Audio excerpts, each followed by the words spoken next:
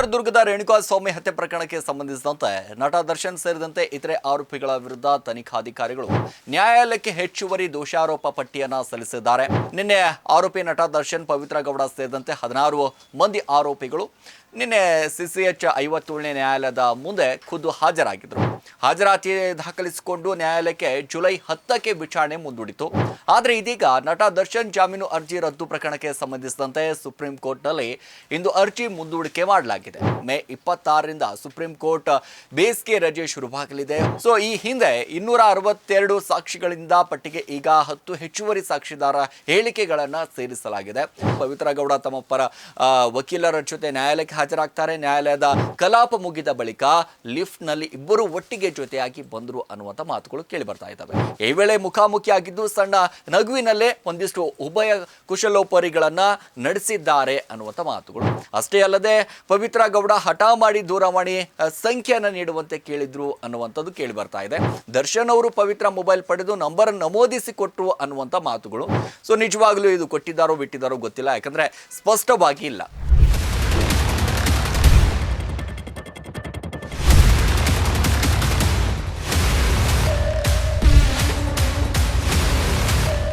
Hello ನಮಸ್ಕಾರ, speed ನ್ಯೂಸ್ನ ವಿಶೇಷ ಕಾರ್ಯಕ್ರಮಕ್ಕೆ ಸ್ವಾಗತ. ನಾನು ಸಿರಾಜ್ ವಾಲಿಕಾರ್.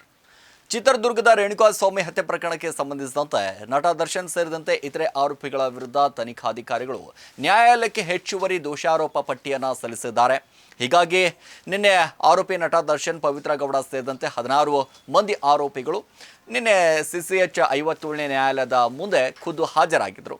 ಹಾಜರಾತಿ ದಾಖಲಿಸಿಕೊಂಡು ನ್ಯಾಯಾಲಯಕ್ಕೆ ಜುಲೈ 10ಕ್ಕೆ ವಿಚಾರಣೆ ಮುಂದೂಡಿತು. ಆದರೆ ಇದೀಗ ನಟ ದರ್ಶನ್ ಜಾಮೀನು ಅರ್ಜಿ ರದ್ದು ಪ್ರಕರಣಕ್ಕೆ ಸಂಬಂಧಿಸಿದಂತೆ ಸುಪ್ರೀಂ ಕೋರ್ಟ್ನಲ್ಲಿ ಇಂದು ಅರ್ಜಿ ಮುಂದೂಡಿಕೆ ಮಾಡಲಾಗಿದೆ. ನ್ಯಾಯಾಧೀಶರಾದಂಥ ಪ್ರದೀಪ್ ವಾಲಾ ಪೀಠದಿಂದ ಈ ಆದೇಶವನ್ನು ಹೊರಡಿಸಲಾಗಿದೆ. ಮೇ 26ರಿಂದ ಸುಪ್ರೀಂ ಕೋರ್ಟ್ ಬೇಸಿಗೆ ರಜೆ ಶುರುವಾಗಲಿದೆ.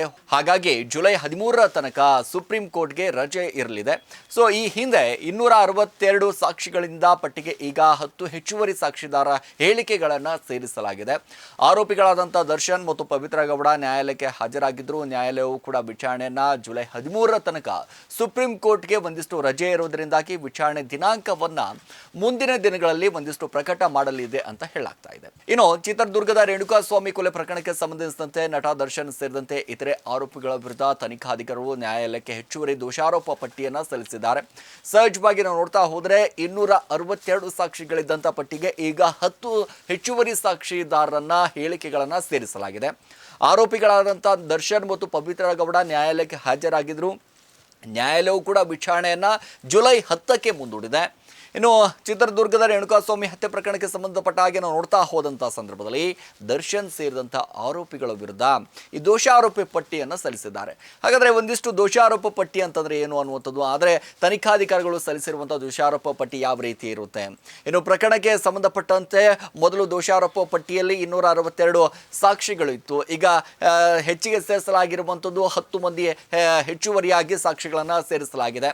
ಜೊತೆಗೆ ಪ್ರಕರಣಕ್ಕೆ ಸಂಬಂಧಪಟ್ಟಂತೆ ಕೆಲ ಫೋಟೋಗಳು, FSL ವರದಿ ಹಾಗೂ ದೂರವಾಣಿ ಕರೆಗಳ ವಿವರವೂ ಕೂಡ ಸೇರಿದಂತೆ ವಿವಿಧ ದಾಖಲೆಗಳನ್ನು ಹೆಚ್ಚುವರಿ ದೋಷಾರೋಪ ಪಟ್ಟಿ ಸಲ್ಲಿಸಲಾಗಿದೆ ಅಂತ ತನಿಖಾ ಮೂಲಗಳು ಒಂದು ಕಡೆ ತಿಳಿಸ್ತಾ ಇರುವಂಥದ್ದು.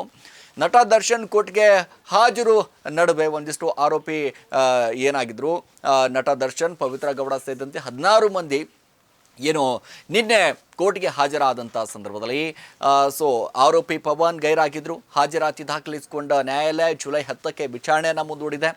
CRCP 207 ಅನ್ವಯ ಪೊಲೀಸರು ಪ್ರಕರಣದ ತನಿಖಾ ವರದಿಯನ್ನು ನ್ಯಾಯಾಧೀಶರ ಸಮ್ಮುಖದಲ್ಲಿ ಆರೋಪಿಗಳಿಗೆ ನೀಡಬೇಕು.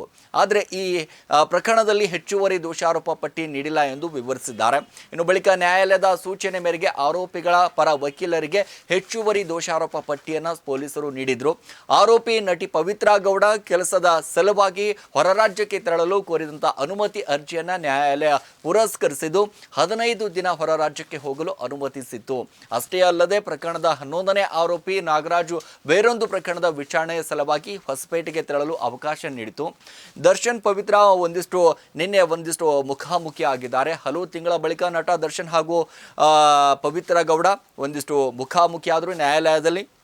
ರೇಣುಕಾಸ್ವಾಮಿ ಹತ್ಯೆ ಪ್ರಕರಣದಲ್ಲಿ ಒಟ್ಟಿಗೆ ಜೈಲು ಸೇರಿದಂಥ ಇಬ್ಬರೂ ಕೂಡ ಆರೋಪಿಗಳು ಜಾಮೀನು ಪಡೆದಿದ್ರು.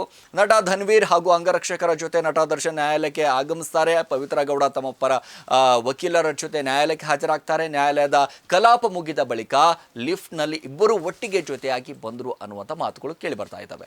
ಈ ವೇಳೆ ಮುಖಾಮುಖಿ ಆಗಿದ್ದು ಸಣ್ಣ ನಗುವಿನಲ್ಲೇ ಒಂದಿಷ್ಟು ಉಭಯ ಕುಶಲೋಪರಿಗಳನ್ನು ನಡೆಸಿದ್ದಾರೆ ಅನ್ನುವಂಥ ಮಾತುಗಳು.